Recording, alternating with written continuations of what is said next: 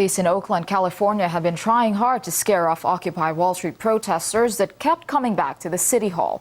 The activists wanted to reestablish a tent camp torn down earlier. 97 people have been arrested. Well, RT's Marina Portnaya is following developments for us. Marina, again, the police getting heavy against the anti-greed protesters across the U.S. It seems authorities keep resorting to the same tactics. The latest footage we saw came from Oakland. What has been happening there?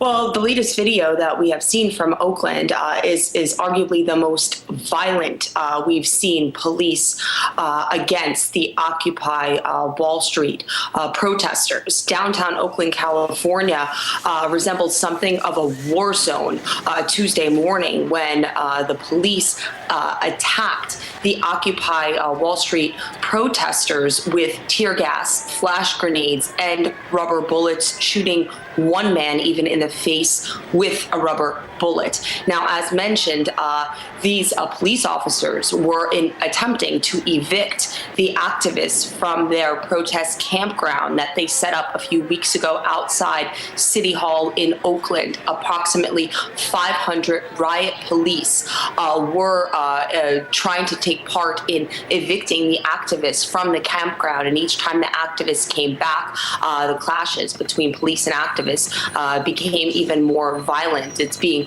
reported that police used tear gas and flash grenades about 4 different times against a group of approximately 350 people.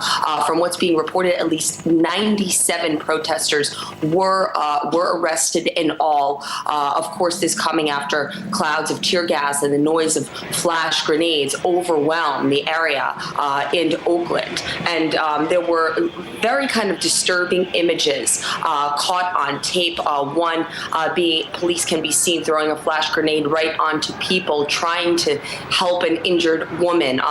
Another caught in the middle, another person was caught in the middle of a class of tear gas was a person that was in a wheelchair. And video shows police officers still lobbying canisters at this person. Now, the spark for the conflict, of course, was the fact that this Occupy Wall Street movement has been growing louder, has been growing larger, has been blazing across the United States after launching here in New York City nearly 6 weeks ago. Now, as far as what the police in Oakland, California say, they say the camp that protesters set up was illegal, and they had repeatedly told the activists that they had to leave that campground. Officials also say that police had no other choice to use the tactics they did because some of the protesters were throwing rocks and bottles at the officers.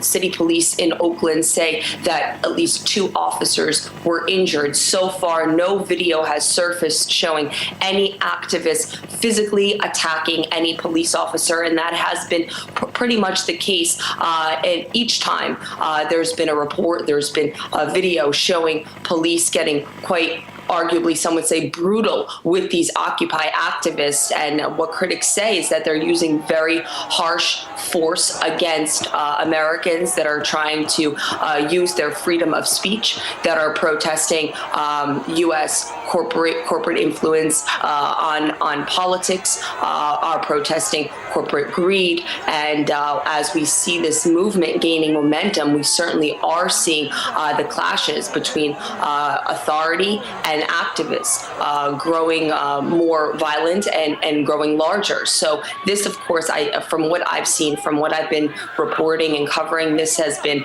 the most, I guess, aggressive tactic, because Oakland, California looks something like a war zone, an urban war zone on Tuesday morning. All right. Well, thanks very much for that update. RT's Marina Portnaya, keeping an eye on developments in the U.S. Thank you. Well, we also spoke to independent journalist Josh Wolf, who witnessed the police crackdown on protesters in Oakland. He puts much of the violence down to law enforcers having no sense of community with those who are demanding change.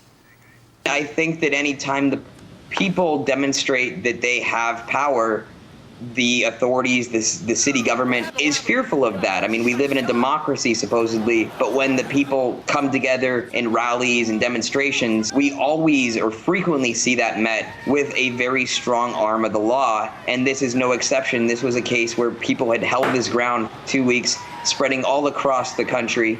And suddenly, government is seeing it as a threat, and government is stepping in to shut it down. Most of the officers in Oakland don't live anywhere near the city. They don't relate to the people as if they're their neighbors. They relate to them as if this is some outside city that they're trying to keep the people from overtaking the city, is oftentimes the perspective that I hear when talking to police. And so there really isn't a feeling of community between the police and the residents.